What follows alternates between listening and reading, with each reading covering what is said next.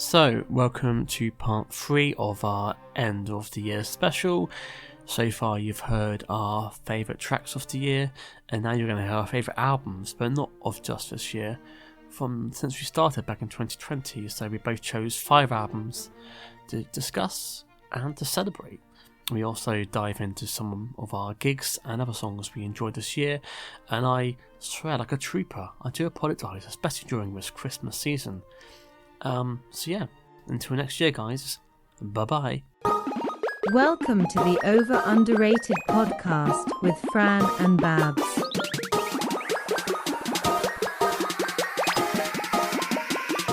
Is it over or underrated?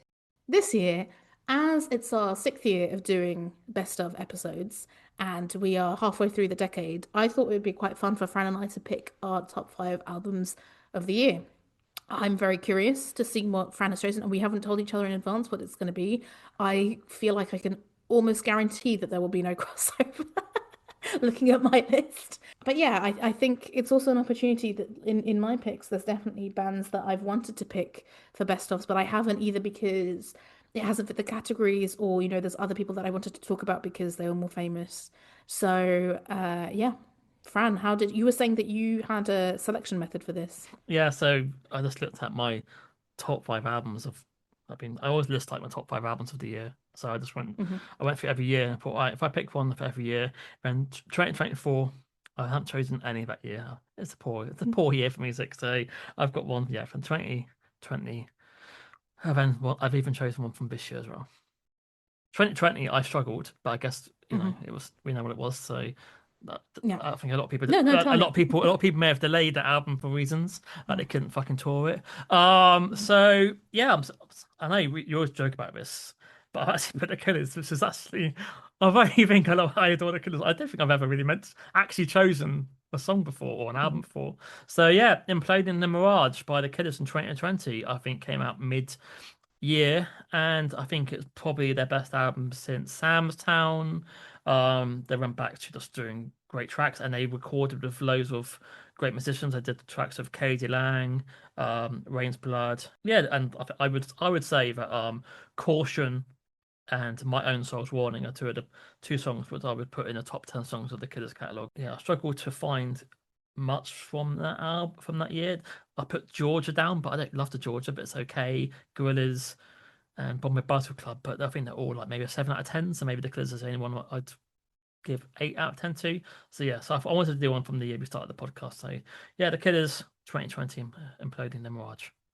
How different does that sound differ from the Sam's Town and I'd say it's similar to the Sam's Town in fact that it's probably inspired by maybe Bruce Springsteen more than like Duran Duran. So it's a bit more heart led and a lot more of acoustic guitars, but I think consistently it's better than the last 3 albums, because previously to that I would say that it was a lot of like 3 or 4 great singles and then songs that no one fucking knows. So I think consistently it's a high. I think that there's no songs on there which I skip. This is quite rare, so that's why I like it. But I wouldn't say it's like, I would say it's my 3rd favorite Killers album. But okay. There you go. Yeah, I mean, you were talking about the criteria. I think my criteria for all the albums was like they're basically no skip albums. Slash, I liked different songs at different moments, which I think is the hallmark of a great album. When you get into an album and there's a song or two that you like, and then on repeated listenings you like different ones. I think that's my favorite kind of album. So my pick from 2020 is Bring Me the Horizon, post-human survival horror. To my surprise, and Yeah, I think not guess that at all. a lot of people who know me, I picked one of their songs, I think Parasite Eve, which wouldn't actually now be my favorite song from that album, maybe. So it's shifted even since then. I listened to the album from last year. I think they've released one this year as well. Nothing has gelled with me as this album did. It is short. It is only 9 songs, but I just think it's such a good mix of like rap and synths, basically. Rap and synths, rock and synths. And again, he has the perfect amount of screaming. The songs with Youngblood, the songs with Nova Twins on there. Yeah, this was, I would say, my 3rd favorite from the list. So quite an easy pick for me, but I just thought like Yeah, it is an album that I listen to from beginning to end. I maybe sometimes skip the last song with Amy Lee because it's a bit quieter. And I think at the moment my favorite would be Kingsley with Baby Metal. So there we go. It's really a surprising album each time that you come back to it. But I know your hate for them with the BMTH. I know, Fran. Yeah, well, it's nice to see Bournemouth mentioned occasionally. Do you know what? I feel like I should because I know they like the Depeche Mode, and Do they? yeah, maybe I should check him out more. I think maybe because I heard the first few albums back in the day and that put me off. It's not easy listening to say Mm. that like the album from last year. I remember I was in Lisbon, listened to it, and like I was walking in the rain, listening to it, and I was like, no, I can't, I can't be doing like I'm not in the right frame of mind for this. Whereas I guess 2020, what else was I doing but listening to music, and there wasn't much else to do. So there was a time and space to kind of get into a slightly more difficult album. But yeah, I think we maybe need someone to come and make a kind of Fran friendly 10-track playlist because I think it would be Yeah, there. I don't know. I'm not anti. But if I think if I had to pick a song for you from Mm. this album, it would be maybe Teardrops. I think that's the most melodic. So I would start there. Okay, so moving on to 2021, I've mentioned this album already. I put Self-Esteem Prioritize Pleasure. Mm. Yeah, then the album that kind of changed her career, saved her career. I think she was going to become a fitness instructor back in Was she? It's a in 2020 because her first album bombed. She mm. was like, oh, I'm gonna have to retrain. And Hmm. then I think when I do this all the time, became massive on Sixth Music, and suddenly and now look at her now. She's been on Taskmaster, she's been on Cabaret, and yeah. But Hmm. yeah. I think as I mentioned previously, this is like new album, but more consistent. It's got great songs like Moody. It's got a mix of different genres. I quite enjoy I do this all the time. So what other song would you recommend? Because I haven't done much listening beyond that. Moody, How Can I Help You? Someone she's screaming while playing the drums. I might have played it to you before. I think you've mentioned it before, yeah. Yeah. And then 345 probably give it a go. And fucking Wizardry. They're probably the best four songs. Yeah. But why do you like it so much? Like like because definitely part of it is her attitude of the lyrics, right? Oh, But but it's the it's music's what I also find interesting. funny because you know she's not. I'm not. Yeah. I'm not her target audience, and I just think that I think she can create a great pop melody and a great hook without being too cheesy and too obvious for me. I think maybe because she is from an indie background, that maybe there's a part of that still leaking in. Yeah, and yeah, it's not safe pop music. And I'm sure she was completely shocked that it became such a big hit. But I think that Do It All the Time was the reason why she became massive. And I don't mind it, but I'm not the bigger fan of like kind of like singing really. But I think she's a great artist. But yeah, a little bit sad that she's no longer be playing to 50 people at Rejoiners in Southampton like on her first tour. But that is it. Then. I'm happy that she's still making music. You hope that if you do see her with a big audience, that because she's so much better known, that everyone will Yeah, be in that yeah, mood, in that exactly. vibe. And like I'd like if she was playing to 50 people for join us, and she would be now be doing fitness classes because she wouldn't be making money on it. So you want the artist to have success, otherwise they fuck off. Absolutely. How about you? What's your next one? So I don't have any picks from 2021, but I went to look at what tracks I picked. So definitely what was on the shortlist was On All Fours by Goat Girl and Glow On by Turnstile. Definitely would have been on there. As well as Another rock song. Oh yeah, Uniting the Ram did it for Turnstile. yeah, I thought a bit like you with Self-Esteem. I'm like, this is just a continuation of the last album. There's nothing like it's even a bit poppier, which Yeah, is not it's more what I Sims, I wanted. thought. Also, La Cirque de Constellation by Léonie Pernet would have been there. But no, we have to go to 2022 and an artist, yes, I've shied away from including in part because I don't think it's your thing. It's Nymph by Shy Girl, Hmm. is my next pick. Um, Shy Girl makes, again, let's say like down tempo club music. That's being very vague, maybe, because some of it has a sort of harder edge, definitely.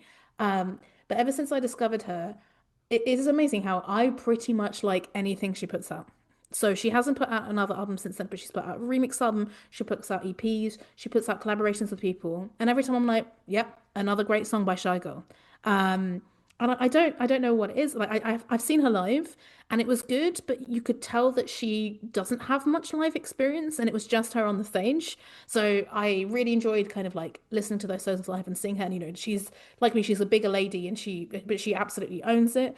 I obviously picked one of her songs before in the best of. But yeah, I hadn't listened to this album in a while. So I was like, okay, this was an easy, this was number two for me. And I was like, is it still number two? Like, does it still? And I'm like, I just put it on and it's literally like I put it on and it just plays and I'm like, yeah, I enjoy every single song of this album. And once again, like, liking different ones at different times. So yeah, if you're looking for down tempo electronica with a bit of a, sexiness and a sass, I definitely would go for Shy I Girl. haven't heard the album.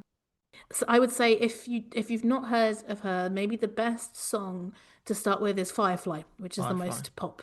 That has some interesting like I'm gonna say like acoustic guitar synths. It has a very interesting melody line and she sings very high. She's also done a Colours show before, that I think we Yes, yes. previously discussed, and she's very good on that. So that is where I would start.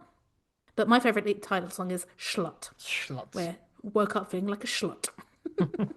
I'm surprised with my next pick because Hmm. it's a band that I wouldn't ever really talk about, and so I've taken we're getting to 2022, and I've gone for Always with Blue Rev, and Mm. because yeah, when I had a bit of a panic when you asked me to do this, so I thought shit, I've not listened to this album for like 3 years, and I went back to 2022 when we had like Placebo came out that year, Hmm. and yeahs, and yeah, and I've checked out this album again, and it's short and sweet, but like again, there's fucking some great tracks, some really great tracks in there.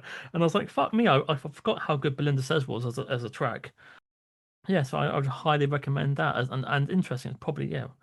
I've only got two, I guess, indie-ish bands on my top five, and yeah, and Always is definitely one of the best albums of this decade. Then I did a bit of research, and turns out yeah, it's like got some of the highest ratings of that year as well. Yeah, I mean, I forgot to mention actually when we were talking about Kelly, like Kelly too had some really harsh comments from Australian people under the YouTube comments, people being like, blah, blah, blah. And you're like, what's the point, man? Like, chill out. But just Um, so out there, it's like you can see why people would hate it because it's very yeah, people are very threatened by it. But going back to Elvis, so would you recommend starting with Belinda Says, or what, what, yeah, what would be your top picks? definitely, and it's their third album, and they do like an album every like 3 or 4 years. I mean, they haven't done anything. Yeah, the album before that was 2017, so they take their time. But yeah. Blender says definitely. I remember Ellis James used to go bang on about him, and I remember like Mhm. checking them out, thinking, nah, not for me. But when this album came out, yeah, it's consistent. So yeah, Blender says is the one to try. There's some good song titles. I can see Pomeranian Spinster, Bored in Bristol. Yeah, good stuff. And Pharmacist. I'm intrigued. After the earthquake. Yep. Yeah, look at Yeah, Always. your point about like how many indie, I think I have zero indie artists on mine, but my next pick is, let's say, a kind of noise rock Hmm. pick, and the only Belgian pick on the list. It is a band called It Anita and their album Moosh from 2023. So I think I've mentioned it, Anita, before. They're a band from Liège, which is the French-speaking part of Belgium, but I went to the German-speaking part of Belgium to go and watch them live with our previous guest Richard, and had a wonderful time watching them live in a museum of all places, Hmm. in the cave in a museum. I am surprised that this one made it. I like this. So this is number five on the list for me. It could have been Addison Rae. It could have been Danny Brown. But I just thought I haven't listened to these albums enough. I would have found it difficult to pick an album from this year.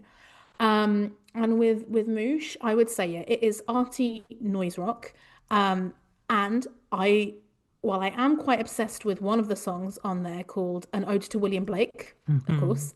Um, I enjoy every single, like, again, it's an album I can put on and I can enjoy every single one. But an Ode to William Blake, which is 7 minutes 44, um, is really it's really fun. Like, yeah, some of the other titles they have: Psycho Rigid, The World's Last Kryptonaire, Crippling Guilt.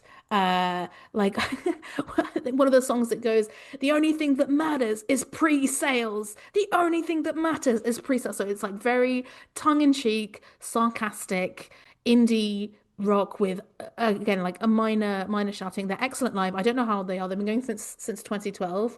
Um, But if you like again, like your millionaires and the rockier side of deals, like this is the Belgian band to check out for me at the moment. And yeah, again, short album, 9 songs, every single one of them a banger, in my opinion. Speaking of short albums, I've gone for my 2023 pick, which is the Young Fathers with Heavy Heavy, 10, Now I'm 10 surprised. songs in 32 minutes. And yeah, I'm surprised too, because like, yeah, I'm very surprised. Yeah. and yeah, Koji Radical supported them, by the way. I saw reading up so about yes, them. Yeah. I saw them do. I think I saw at Glastonbury, and then I rewatched the set, and that's what turned me on because I thought, oh, they're going to be my thing, and then when you watch them live, what? No, they've got a good full They're one of the band, best live bands yeah, I've ever seen, no doubt. and like yeah, they're much more than I thought. I assumed that oh, it's just another UK hip hop act, and then like oh fuck me, they do everything. And I listened back to it again, and I thought yeah, this is so many different genres, so much happening, and it's done in like 32 minutes. I thought yeah, it's a fucking banger.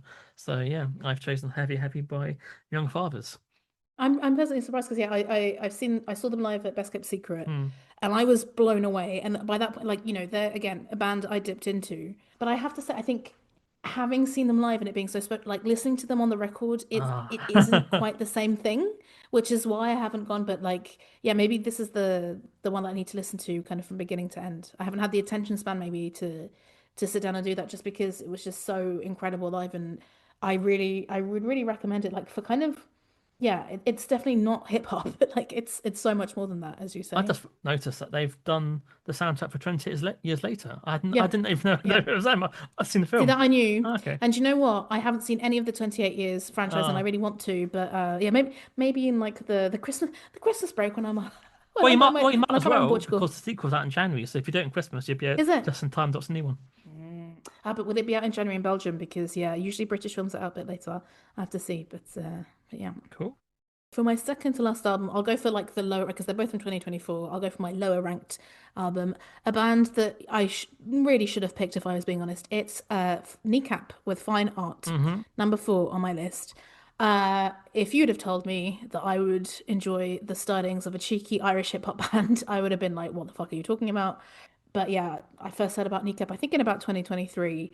And I listened to a few. The song "Get Your Brits Out," I think, was one of the first ones Mm-hmm. that I listened to. And I was like, well, this is very catchy. And obviously, I don't understand half of what they're saying, but I don't really care. And then, you see the hype building, and then you saw like the film coming out. And when the album came out, I was just really blown away. Like it's a concept album. There's so many. Yes, it's hip hop, but it's very very electronically influenced hip hop. I mean, one of the songs, it's literally like I think a Front 242 beat, which is the Belgian electronic band, um, that they've written a top line on. I just think they've got incredible versatility. I love how like yeah, it's catchy but it's funny. Mm-hmm. Um, and but also political. I think again, I've cycled through so many different songs. I think Sick in the Head would have been a pick of mine in 2024 had I been a bit more honest. But Powerful is now the one that's my favorite. So Powerful, it's written PAR-ful because it's in their West Belfast accent. It literally has bits from a film, which is apparently a documentary about how in divided Northern Ireland, I think it must have been in the late 80s, people would come together from both sides to rave. So it's like, kind of one night a week on a Saturday, whatever it was. It didn't matter where you were from. And and again, it has this very groovy, catchy beat in the middle. So you have this like, documentary person speaking, and then you have powerful, and you're just like grooving on down, and then it stops again and it has a bit of the documentary. I just think there's no one like them. Solid album, and yeah, I saw them live this year at Wide Awake where it almost didn't happen, and it felt very, very special to be there and to be celebrating. So yeah, Kneecap. I've not watched the film. I people compare it to Trainspotting, which I I get. think do you know what? So they would fucking show the advert every week, and I think the Right, yeah. advert looks fucking annoying. I think that's what it Right. is. Do you know what? I Mm. I had that with Anatomy of a Fall, the Yeah, French yeah, film. yeah. That showed on trailers so frequently, and I was so annoyed. And then my friend, who is Dutch and always wants to improve her French, she's like, "Can we go and watch it?" And I was like, "Oh, fine." And it was one of my favorite films that Yeah, year. yeah. So it's like, so I don't think it's as good as Trainspotting. I don't think it's as good as people say it is. I will say that, but it's a very original film, I thought. I think So it's still on. prime. So yeah, I need to. I would give it a watch. I would give it a watch. Okay. But what do you think of Kneecap? Like, I think obviously I'm not the most political person, and I always think like I think we need to be into that. No, honestly, really? you don't. Okay. No, okay, that's disregarding everything I've just said about the political song. But like, "Sick in the Head," which is one of my favorites, that's about mental health. It's Okay. not about, and yeah, and like they rap and sing a lot about drugs, which is also not my personal vibe. But they're very funny. They're very very funny, and I think yeah, you can appreciate that at least. And yeah, when you go and see them live and they have visuals of Keir Starmer and Kemi Badenoch, it is quite funny. I wonder if we'll be playing it at any festivals in the UK next year. Okay. Yeah, let's see, let's see. Okay, so to finish, I chose an album from this year, and I've chosen a Lord with with a Virgin, and I think Do you know, I haven't bothered. Tell me more, you please. haven't bothered. I haven't bothered. Yeah, tell me, And tell me and I everything. wouldn't say that I adore Lord. I think she's usually quite samey, I think, on the albums. And again, every track is kind of on the similar theme. I guess it's a bit more passive, electro. Every track on here is doing something interesting without doing a lot, if that makes sense. Yeah, Like yeah. she's got enough touches to keep you interested, and it's not showy, and it's similar to like I guess what a big pop outs like London or Charlie XS, but she's doing her own thing still. And I think I listened back to her last two albums. I think this is her most consistent album, and I think Shapeshifter is one of the best pop singles of the year. So there we go. Shapeshifter. Okay, so you'd recommend me starting there? Shapeshifter and Man of the Year, probably the two strongest obvious tracks. And again, it's like 11 songs, 33 minutes. Thank you very much. Yeah, with Lord, yeah, again, one of those where I like a few of her songs and I really will like a few of her songs, listen to them on repeat. Biting Down, do you know that one? No, I don't know. Like, I think it might not even be an album track, but I got into it. I remember listening to it a lot when I was doing a lot of jigsaw puzzles. I don't know. You're so why. cool. I did a lot of jigsaw puzzles, guys. Don't all queue up at once. And to be honest, I still enjoy them, but it is now a bit more time consuming, I think that I heard the most about Lord this year when she played Glastonbury secretly and everyone lost their fucking minds, is what it felt like to me, at least from my social media. But whenever it is that I heard from the snippets, I was just like I have, and like honestly, there's too much. There's too much music. There's too many albums. I cannot cope. So okay, but is it a bit of a departure from her previous? Like Solar Power was a bit of a bit of a flop. Is it more that sound, or is it more I'd say it's harking similar back? to her first album with production, not but I think that she's just matured as an artist. I think she knows when to use her voice and how to use her voice. And yeah, I've even written for a website. I was asked to choose, and I thought this website will choose all white male indie bands. So I'm surprised I chose that. If I'm going to mention other albums from this year, I think Biffy Clyro have done the best album of the year. Really? See, again, not listened to it yet, but I don't really like Biffy Clyro. Where should I start there? It is called True Believer. I would start there. It is, it's bells and whistles. It is epic. It's Christmas time, Fran. Rock and roll, but he's got a fantastic voice. Yeah, good Scottish rock. I do like his voice. And I feel like I wish I liked them more. And I've seen them live, and I'm trying to remember where. It was definitely at a festival, kind of in passing, and I was just a bit like. And they're probably topless. They were all topless, which I love, and I love a ginger. So two for the price of one. Very gentrifying there. But yeah, as I've mentioned, I think many a time. For now, the only Biff DeClaro song I like is that Golden Rule, and I haven't liked anything else. But maybe now's the time to change that. Great song. The Manics have done a very interesting album this year. Quite different stuff. Last Dinner Party is decent. Not for me. Florence Machine. Yes, again, I heard in the context of she's screaming on a song and it sounds very primal. This is what I heard. That's Blood Orange. Oh, yeah. Yes, it's good. A lot's happening. It doesn't always work, but when it does, I do like it a lot. Sigrid, good pop album, and Sam Fender, strong as well. Yeah, lovely little roundup. Well, Fran, if so Kneecap was number 4. We're going to my number 1. You know me, to look at me. What do you think? Charlie X. Is that Brat Summer? It's Brat Summer, spring, winter, fall, Easter, what else? Pancake Day. It is, but I've been cheeky. I've put Brat, and it's completely different, but also still Brat because that has all the remixes on it, which I think make it, with Lord. for example. Yeah, I mean, we have dedicated a lot of time to talking about Chutney XCX over the last few years, but this was obviously more than an album. It was a phenomenon. It was a cultural event. And yes, I kind of listened to it to death, but then I took a step back and yeah, listening to it again. Yeah, again, as I've mentioned with all the albums, I keep coming back to different songs, and the songs I liked at the beginning are not the songs that I like now. And she's definitely not the first person to do a remix album, but has anyone ever done it with such innovative flair? I don't think so. Yeah, it was such an exciting time to be a Charlie XX. It still is an exciting time. You mentioned briefly her song with John Cale, which sounds, people keep saying Goth Girl Mm. Summer and lots of stuff. And a bit like with Danny Brown, like I love a generous collaborator, and she is a generous collaborator as shown by the remixes here. And yeah, it's just, very exciting album. And I'm looking forward to seeing The Moment, the film that's like a parody. Have you heard of this? She has a film coming out and Jamie Demetriou's in it. No? Oh, Yeah, yeah, really? No, yeah. I've not seen it. It's called The Moment. It's directed by the same guy who directed the Billie Eilish video, who's Scottish, I think, Aidan Samiri.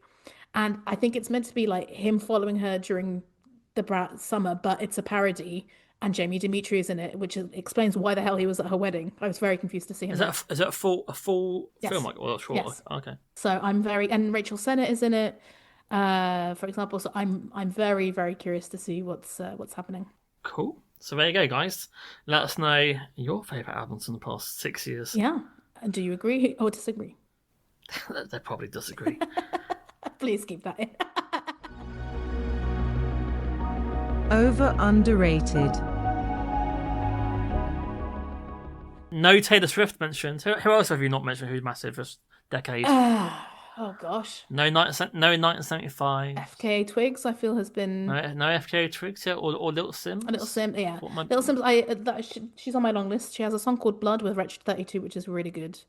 I think they're playing like as if they're brother and sister having a phone call. It's quite. I even Googled. I was like, are they brother and sister? This is very Mhm. interesting. But like I said, friend, there's 123 songs. Even like Rico Nasty, who I quite like, and one of her songs was that didn't realize she'd released a whole album. I think Miley Cyrus released an album, and everyone was saying that she didn't promote it enough. And apparently it's actually quite good. Like there is too. So wrapping up this year, there is too much music. I cannot possibly keep up. And I do genuinely feel like it does affect me listening to albums. It's just really, really difficult. Like even we mentioned Blood Orange briefly. I was like, right, I again a bit hit and miss sometimes, but I quite like Blood Orange. Let's put it on. Mm. And like I listened to like three songs and I was like, no, I'm gonna listen to it again. I listened to it all the way through, but like again, not paying enough attention. But yeah, I liked what I heard, but I'm just like, there's too much going on. So yeah, I think my shortlist was over 200 songs, Right. and I'm now down to 50, and I'm still looking at all of the end of the year list from like magazines just to make Oh sure yeah, I've not yeah. like There's missed something. is it District magazine that have a really good countdown. Mm. I remember that. I discovered so many new songs in like on like the 30th of December, and I was like, God damn it. And yeah, we're recording this guys on the 9th of December, so if something has come out in between. I think tracks I haven't mentioned, but I think you'd like we may know is Free Kit with Kim Petras. Oh, I like Kim Petras, yeah. Punch Drunk is a brand new band from I don't 2025. know. I think you'd enjoy their work. Looking at my list, like yeah, songs that almost made the cut. Freaky Just My Type by Sherelle. I don't know if you've heard of it. I think she's like a DJ on Six No, no. Music. Very, very catchy and groovy. Selena Gomez made it with the Charlie XCX co-written song Bluest Flame. Yep. I think you would like an artist called Spelling with three L's. A song called Portrait of My Heart. I think you would like that. What almost made it for collab was the Kesha song Attention with Rose Gray and Slater, who we've mentioned Slater before. Mm-hmm. No, I had that liked. Yeah, it's good. Yeah. If you can't remember it, it's definitely worth re-listening. This has given me a lot of work to put on the playlist, but I don't mind. Ah, yeah. What also very very close making the cut? Cinderella by Model Actrice, who I've heard before. Do you know that one? No. So they're a kind of Brooklyn pretentious post indie band, my kind of thing, and it's like a 5 minute song, and it's called Cinderella because the lead singer, when he was 5, wanted to have a Cinderella themed birthday party. And there is a fantastic live version of him doing it, I think, on Stephen Colbert, which is really good. I definitely recommend checking that out. Geese were everywhere. I've got Trinidad from Geese. I saw, Yeah. because I think I saw your top 50 list on Spotify. They were on there as well, right? Yeah, but everyone chooses like taxes, but I think I've gone for where's my list again? Cobra I think is the best song, but hey.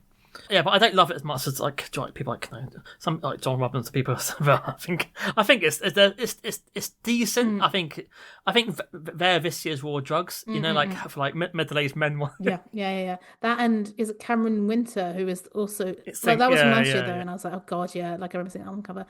We didn't talk about. I didn't pick Rosalia, who she's really been in the news.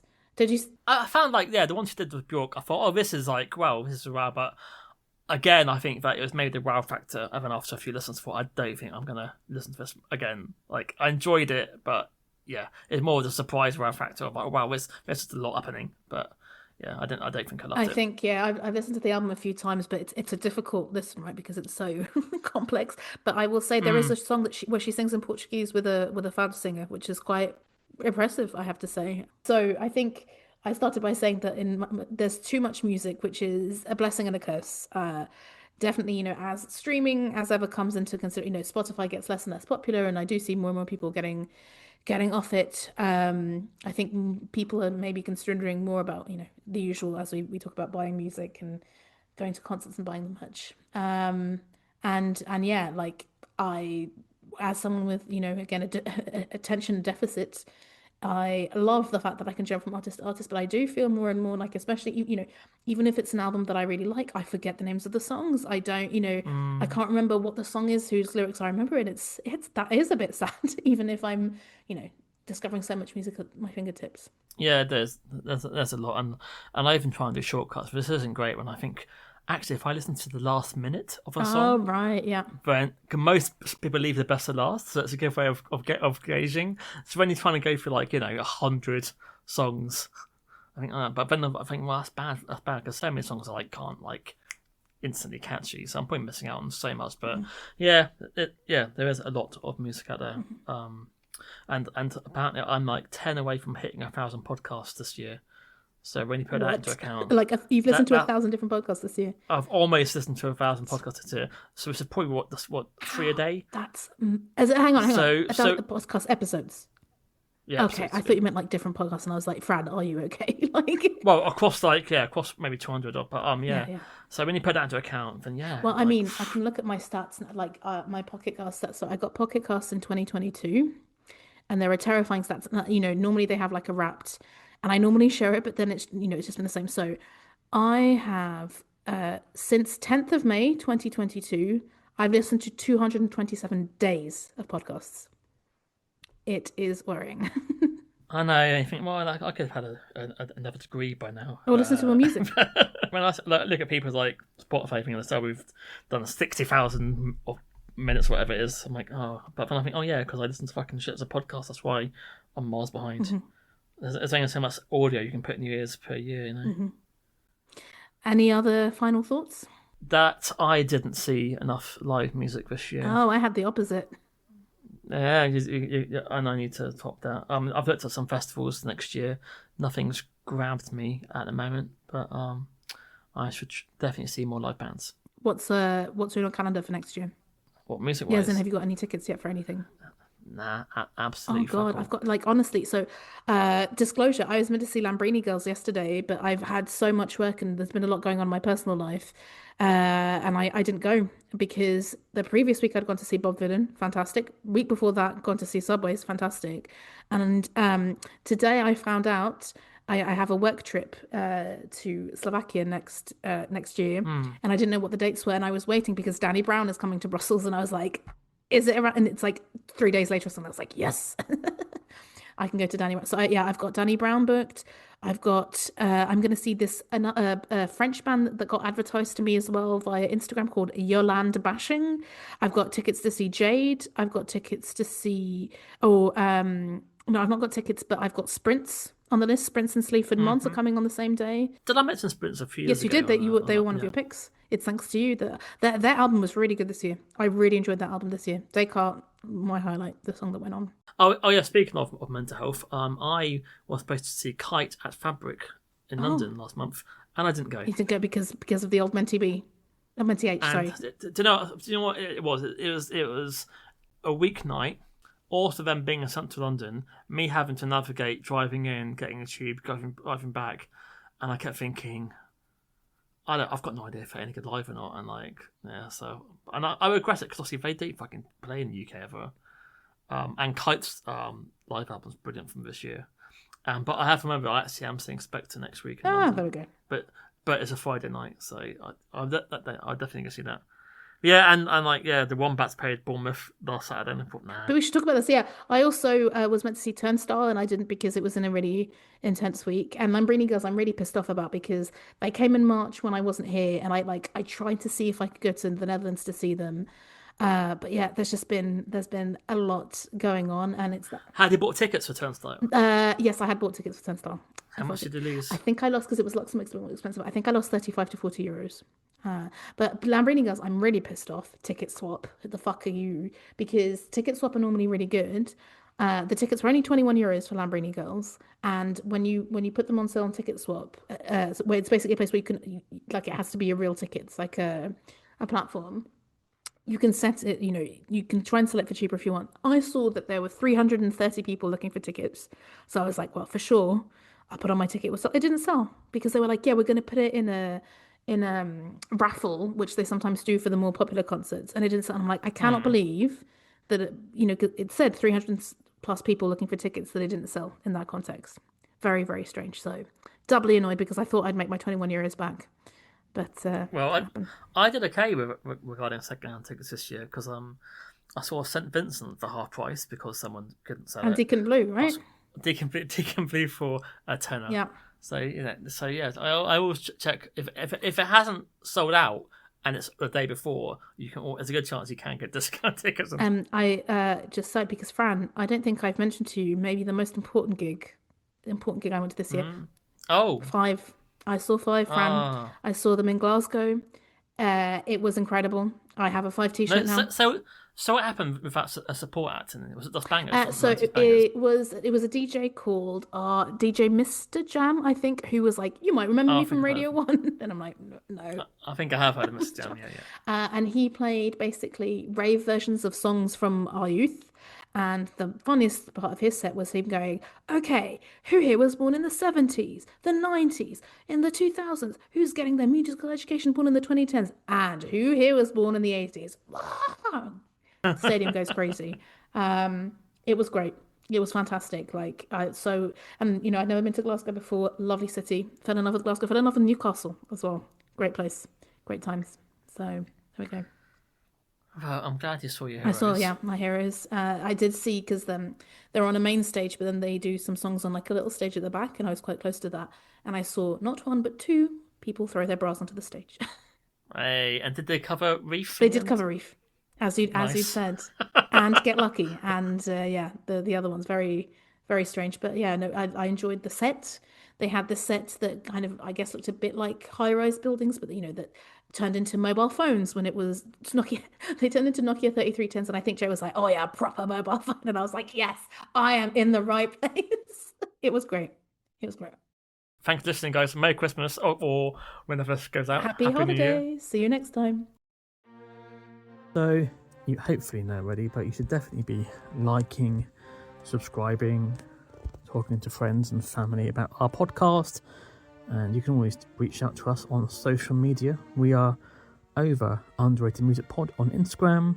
We are OU Music Pod on Blue Sky. And you can email us at overunderatedmusicpod@gmail.com. Hopefully you're going to have a great holiday period. Let us know your favourite songs, albums, and we shall drop another episode later on this year. And if you're listening in January, then hopefully it's already out. You get the idea. Sure.